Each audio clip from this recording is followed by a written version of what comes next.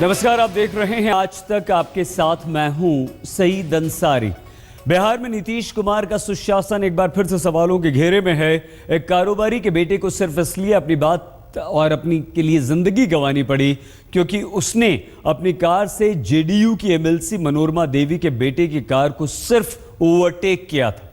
सत्ता की सनक में हत्या के इस केस से बिहार में बवाल मचा हुआ है, जबकि मुख्य आरोपी अभी भी फरार है। जो मेरा मदर्स डे के दिन हमको बेटा मैंने गिफ्ट देके गया है वो बड़ा। एक माँ के लिए मदर्स डे पर इससे दर्दनाक भला और क्या हो सकता था।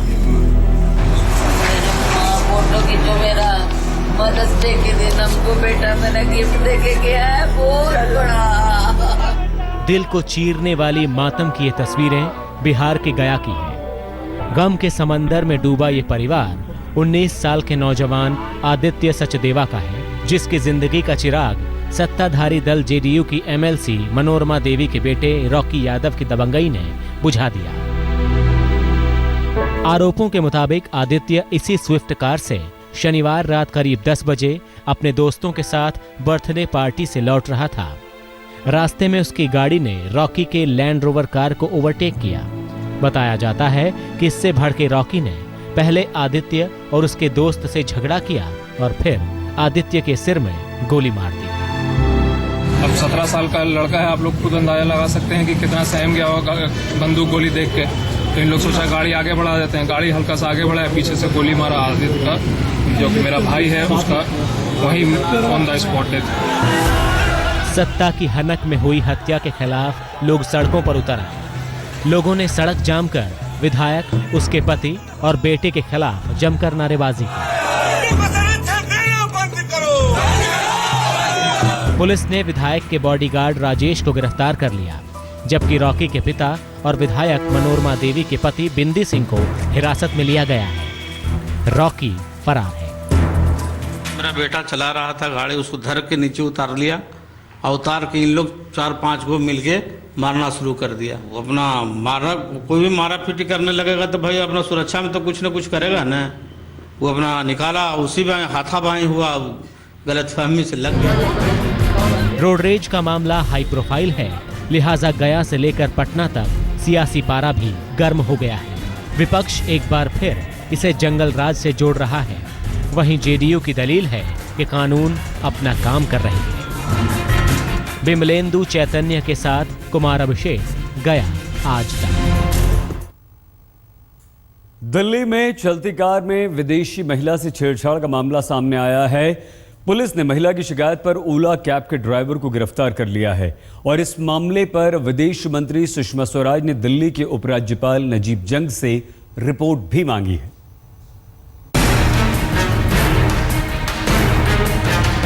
दिल्ली में चलती कार में विदेशी महिला से छेड़छाड़, ओला टैक्सी के ड्राइवर ने किया शर्मसार।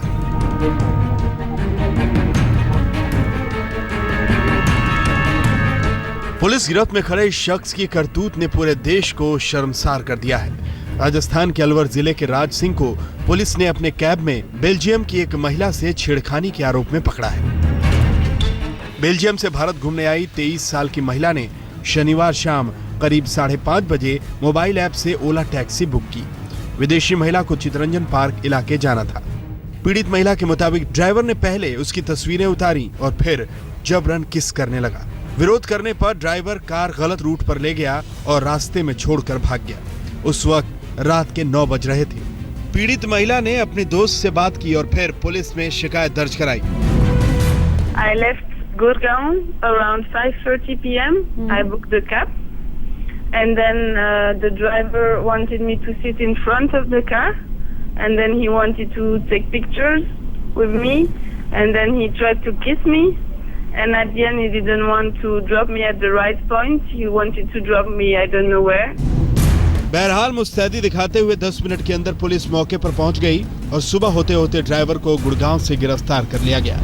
लड़की ने दोबारा अपनी फ्रेंड को उसी ड्राइवर के ही फोन से कर दिया। यही वजह रही जिसकी वजह से ड्राइवर इतनी जल्दी अरेस्ट हो सका। उसके फोन से उसने अपनी दोस्त को फोन किया और उसके बाद उसने बताया कि इस तरीके से उसके साथ गलत हरकत हो रही है।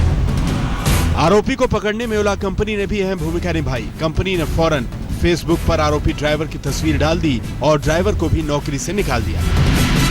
दिल्ली में 2 साल के भीतर ओला कैब में यह ऐसी दूसरी वारदात है। 5 दिसंबर 2014 को उबर कैब में भी एक लड़की से रेप की वारदात हुई थी। योगेश गुप्ता के साथ हिमांशु मिश्रा, दिल्ली आज तक। दिल्ली से सटे गुड़गांव के सुशांत लोक थाने में आज एक युवक की आत्महत्या से हड़कंप मच गया। ओडिशा के रहने वाले 24 साल के युवक को पुलिस बाइक चोरी के आरोप में पूछताछ के लिए थाने लाई थी, लेकिन थोड़ी देर बाद इस युवक ने हेड कांस्टेबल के कमरे में आत्महत्या कर ली। दिल्ली से सटे गुड़गांव के सुशांत लोक इलाके का ये वही थाना है जहां आज सुबह 24 साल के युवक ने खुदकुशी कर ली। ओडिशा के रहने वाले विजय को पुलिस बाइक चोरी के आरोप में पूछताछ के लिए थाने लाई थी, लेकिन थोड़ी ही देर बाद उसने थाने में ही खुदकुशी कर ली। डीसीपी दीपक साहरण की माने तो विजय से हेड कांस्टेबल जगबीर के कमरे में पूछताछ की जा रही थी, लेकिन जैसे ही हेड कांस्टेबल वहां से हटा, उसने पंखे से लटक कर खुदकुशी कर ली। तकरीबन 9:15 बजे सुबह मुंशी थाना ने नोटिस किया कि उस व्यक्ति की डेड बॉडी झूल रही है पंखे के साथ। एसएचओ साहब ने आकर यहां पर स्वयं 174 सीआरपीसी के तहत कार्रवाई की। युवक की खुदकुशी की घटना के बाद डीसीपी ने हेड कांस्टेबल के खिलाफ विभागीय जांच के आदेश तो दे दिए हैं, लेकिन थाने में एक आरोपी का इस तरह खुदकुशी कर लेना पुलिस पर कई सवालिया निशान खड़ा कर रहा है। रविंद्र सिंह, गुड़गांव, आज तक। माता पिता की उम्मीदों और छात्रों के सपनों का शहर कोटा अब धीरे धीरे सुसाइड शहर बनता जा रहा है। आज कोटा में एक और छात्र ने पढ़ाई के तनाव की वजह से आत्महत्या कर ली। हम आपको ये बता दें कि अब तक इस साल कोटा में कोचिंग के 6 छात्र आत्महत्या कर चुके हैं।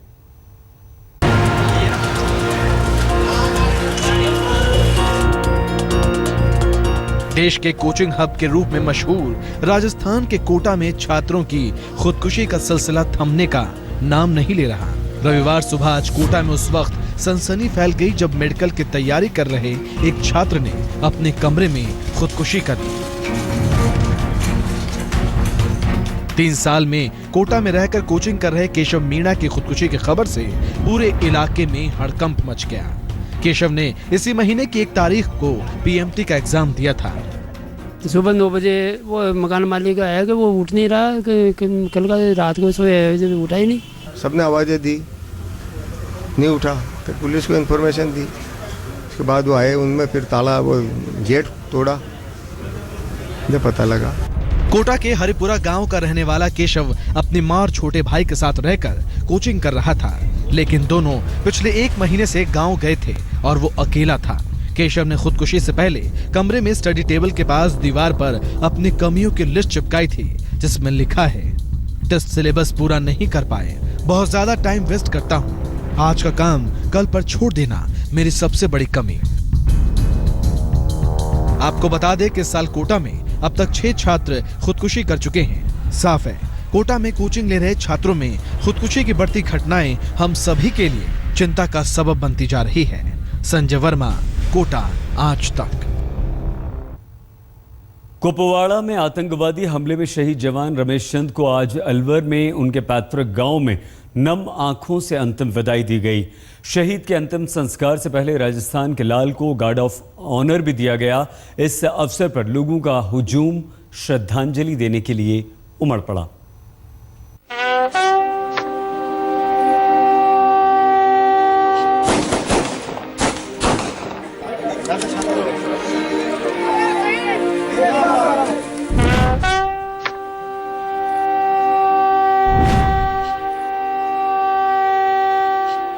जम्मू कश्मीर के कुपवाड़ा में आतंकी हमले में शहीद राजस्थान के लाल रमेश चंद के अंतिम संस्कार में लोगों का हुजूम उमड़ पड़ा। रविवार सुबह जब शहीद का तिरंगे में लिपटा पार्थिव शरीर उनके पैतृक गांव अलवर के कालूका पहुंचा, तो 1.5 साल के मासूम बेटे जतिन को समझ में नहीं आ रहा था कि आखिर ये हो क्या रहा है। 20 दिन पहले मासूम जिस पापा के कंधे पर खेला था, उसे ये भी नहीं पता कि उसके पिता देश के लिए कुर्बान हो चुके हैं। शहीद रमेश चंद का पार्थिव शरीर जब उनके पैतृक गांव लाया गया तो हर किसी की आंखें नम थीं। पत्नी का तो रो रो कर बुरा हाल था, तो गांव के लोग शहीद के बुजुर्ग माता पिता को ढांढस बंधा रहे थे।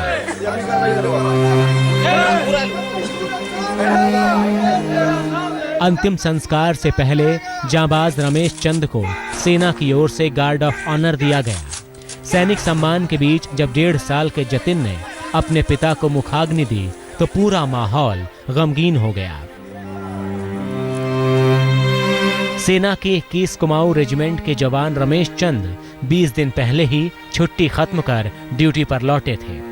शुक्रवार को कुपवाड़ा के केरन सेक्टर में गश्त के दौरान घात लगाकर बैठे आतंकियों ने उन पर अचानक हमला कर दिया था, जिसमें वो शहीद हो गए।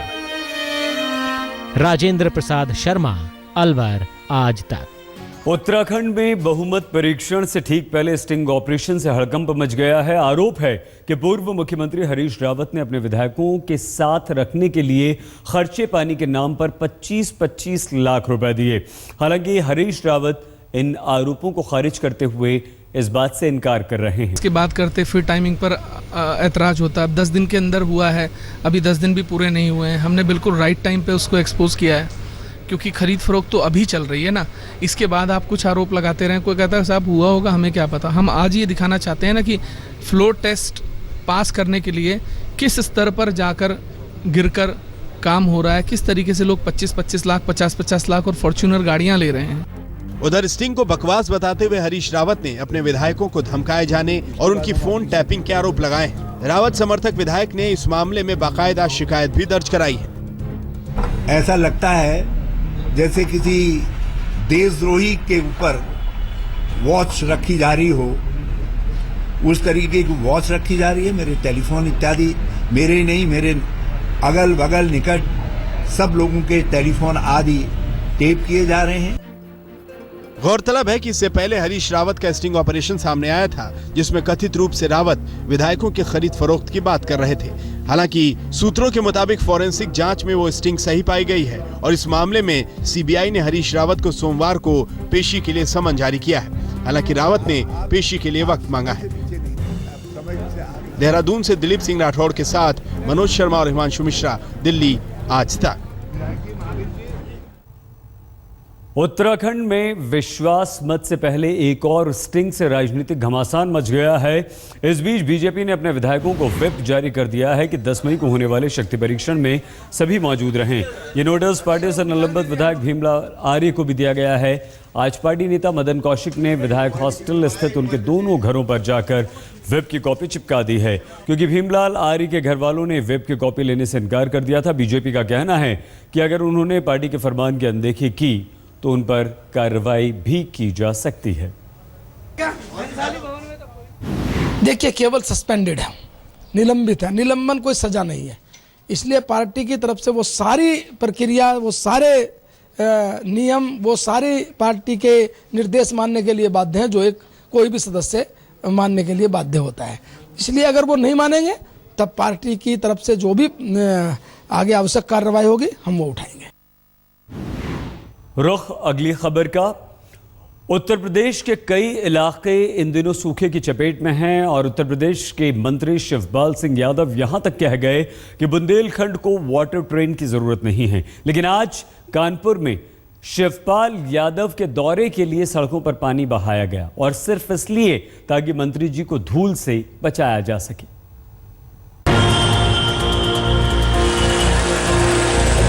देश के सबसे बड़े राज्य यूपी में 50 जिले सूखे के प्रकोप में लोग बूंद बूंद पानी को तरस रहे हैं, लेकिन मंत्री को धूल से बचाने के लिए हजारों लीटर पानी बर्बाद किया जा रहा है।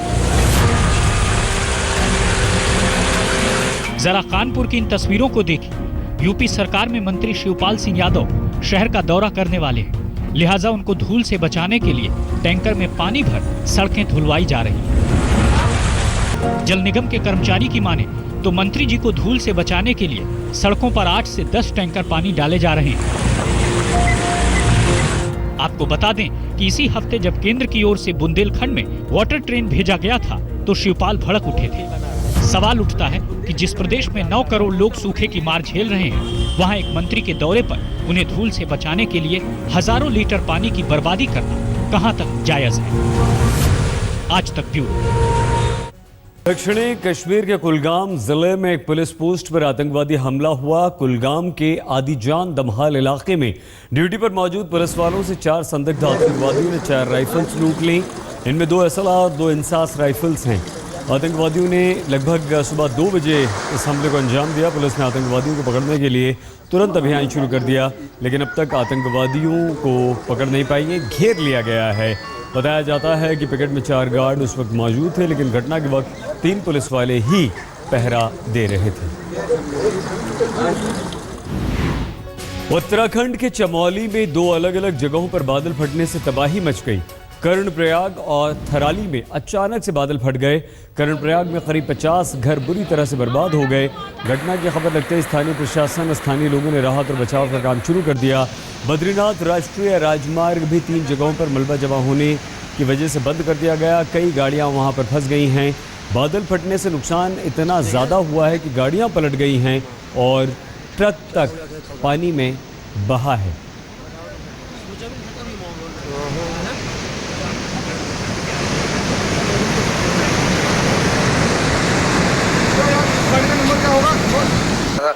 जब ऊपर से आवाज़ आई तो हम उधर भागे। उधर भागने के बाद इधर गए, इधर हमारी भैंसें थी नीचे, गाय भैंसें सारी दब गई और सारी मकान लेंटर के ऊपर सारा मलमा, अंदर मलमा सारा घुस गया है। मैं बारिश आई तो ऊपर से मलमा पानी आ रहा था। मैं इनको आवाज़ मारी थी कि बाहर आओ। ये नहीं सोचा कि इस साइड पे आ रहा पानी, मगर जब यहाँ ऊपर से सारा मलमा आया। सुबह 7:45 बजे के करीब यहाँ पर जब मेरे घर के ठीक सामने यहाँ पर मैंने नाला उफनता हुआ देखा और मेरे पास फ़ोन आया तो मैं तुरंत इस क्षेत्र में आया। यहाँ पर लगभग 50 मकान जो हैं बहुत बुरी तरीके से प्रभावित हैं। यहाँ पर आप कीजिए बस थोड़ा सा इंतज़ार। कुछ ही देर में जब हम लौटेंगे तो आपको हमारे क्रिकेट एक्सपर्ट मदन लाल जी बताएंगे कि मुंबई की इतनी बुरी हालत कैसे हुई और वो कौन है जो IPL में कर रहा है विराट बल्लेबाजी। देखते रहिए आज तक।